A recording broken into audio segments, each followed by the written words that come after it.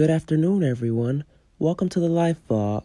Today we're going to be discussing the 3 different types of business ownership, plus the advantages and disadvantages of each one. The first type of business ownership is a sole proprietorship. A sole proprietorship is a business owned by one person. Most local businesses are sole proprietorships. A sole proprietorship is easy to establish because it requires less paperwork than other forms of business ownership. Let's talk about the advantages of a sole proprietorship. Sole proprietors really aren't required to report anything to anyone besides filing tax returns. For most sole proprietors, the biggest advantage is the satisfaction of working for yourself. Sole proprietors make their own decisions and have full creative control over everything. As a sole proprietor, you get to keep all the after-tax profits. If the business does great, you do great. But if the business doesn't make any money, you don't get paid. The federal government doesn't recognize the company as a taxable entity. All of the profits goes to the owner where it's treated as personal income. Let's talk about the disadvantages of a sole proprietorship. In a sole proprietorship, the owner has unlimited liability, so any legal damages or debts attained by the business are the owner's personal responsibility. A sole proprietor has the stress of making all the major decisions, solving all the major problems, and they are sometimes tied down by the company, so taking time off can be impossible. Running a business as a sole proprietor can be complicated because it often requires expertise in accounting, marketing, information technology, business law, and a lot of other fields. Because sole proprietorships depend on a single owner, they have fewer financial resources. Sole proprietors get none of the employee perks like paid vacation time, sick leave, and health insurance unless they pay for it themselves. The next type of business ownership is a partnership. A partnership is similar to a sole proprietorship, but unlike the sole proprietorship, a partnership is owned by 2 or more people. Let's talk about the advantages of a partnership.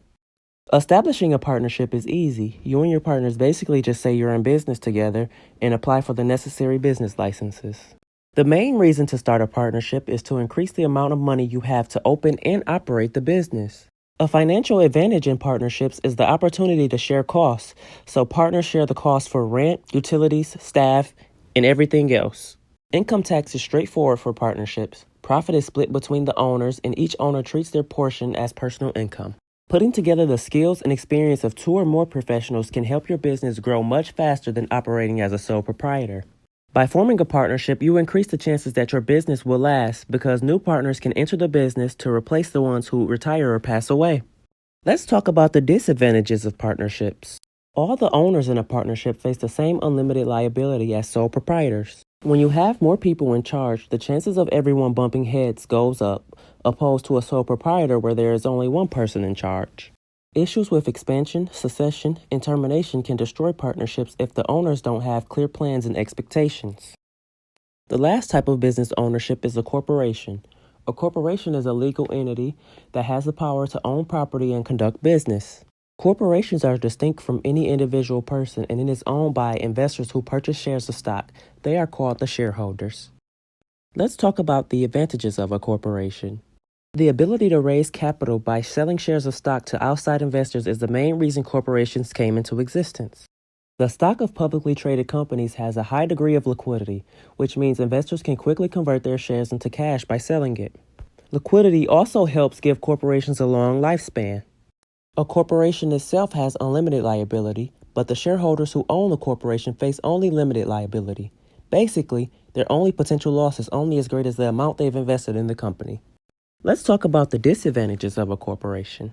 Starting a corporation is more expensive and more complicated than starting a sole proprietorship or a partnership. To help investors make informed decisions about stocks, government agencies require publicly traded companies to publish detailed financial reports.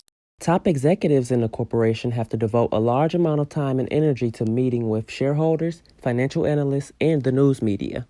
Outside investors who acquire enough of a company's stock can gain seats on the board of directors and begin to exert their influence on company management. A corporation has to pay federal and state income tax on its profits, and shareholders have to pay income taxes on their share of companies' profits received as dividends.